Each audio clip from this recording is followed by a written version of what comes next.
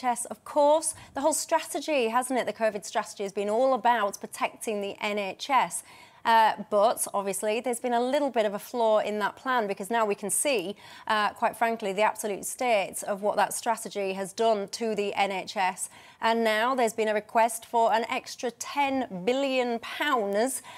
This is a year, I think, to tackle the backlog in the NHS caused by our noble actions to try and protect it. This is the NHS providers and the NHS Confederation.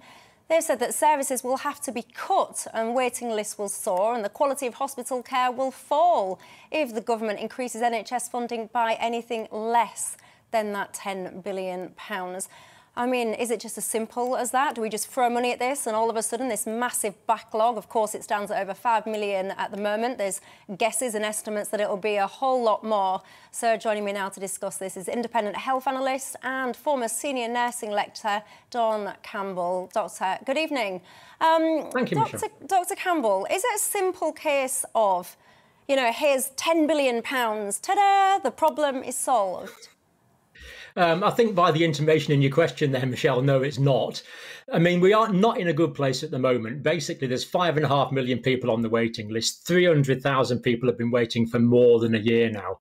Now, money will help, but we also, I think, need some infrastructural change, some change in philosophy to the health service. It's not just a matter of putting money into it. I mean, the health service has done really quite well over the pandemic, really. We had people dying in the streets, as we have, for example, in some of the countries that could be mentioned. The health service has been able to cope with the acute situation. I think most people would agree we've done a pretty good job on the vaccination rollout, which of course is health service administered. But this is the trouble with this, is it's had this terrible backlog. All the routine care that would have been done, all the heart care, all the cancer care, all the orthopedic care, all the corrective surgery, all these things just haven't been done. So we've ended up with this huge backlog. Maybe half of the backlog is due to the pandemic, but the other half of the backlog is probably due to structural problems anyway. It's not just money, because this is not just about staff. It's about the whole infrastructure of the health service. I mean, really, we don't have enough hospital floor space. We don't have enough equipment. We don't have enough infrastructure and logistical procedures to run all the facilities that we need to run, as well as the people. And chucking money at this in the short term, you can get more staff in, but that's not going to solve the problems. We need a bit of a more philosophical root and branch approach to solve this.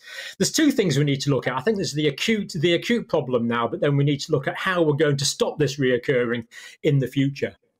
Yeah, that's very interesting, actually, because whilst you were talking, I just scribbled down on my pad, root and branch. That's the exact words that I wrote down, because to me, it feels like there's almost an opportunity now, because, I don't know, if I had a bucket and it had a couple of holes in it, I wouldn't just keep chucking the water in. I would try and fix the holes first, maybe even repair the bucket slightly better, and then put the water in, if you bear with me with my analogy. Absolutely. Go on, go ahead. Yeah, no, I was thinking we need, you're absolutely right. We can't just keep pouring more and more water in. We need an honest appraisal of what the health service can afford. Now, all the high-tech and modern treatments and drugs that are expensive treatments that are available now, there's no government on earth can afford to provide those for all of its citizens. So I think we need some honest adjudication of what can be done on the health service and what basically can't be done on the health service. We need some immediate criteria as well to deal with the waiting list. So, you know, the people that are in pain, the people whose lives are at immediate risk, the people who are unable to make a living. We need to do that first. But then we need some criteria for adjudicating, yes, the health service should be doing this. No, the health service should not be doing that. These are very contentious issues. That's why I'm not giving specific examples. And as well as that, there's 40 new hospitals coming online now. And we really need more clinical involvement on how these are going to work, because current new hospitals aren't that good to work in. I know I've worked in them. The windows often don't open. They get too hot in summer. They can get too cold in winter.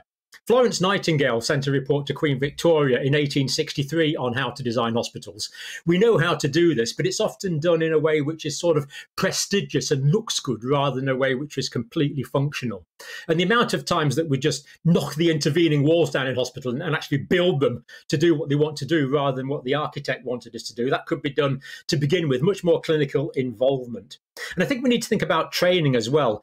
We need more of a meritocracy in the health service. So there should be ways for healthcare assistants to become nurses when they have the ability.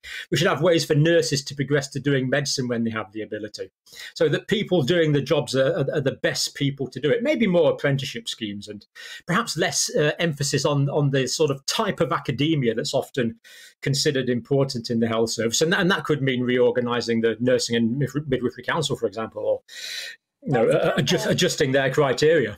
Dr. Campbell, my final question to you. Let's just assume we live in an ideal world. People are listening to us and they perform this root and branch investigation and review, and they define the new future of the health service. Let me ask you this. One of the things that always irritates me is when people describe the NHS as being free at the point of use. It is not free at the point of use. It is paid for by all of us. Now, we're talking about all of these backlogs and bills, etc. My brief question to you to end with is, do you think it's time that we have to start paying more as taxpayers, maybe an extra penny in the pound, to start funding the future of the NHS briefly?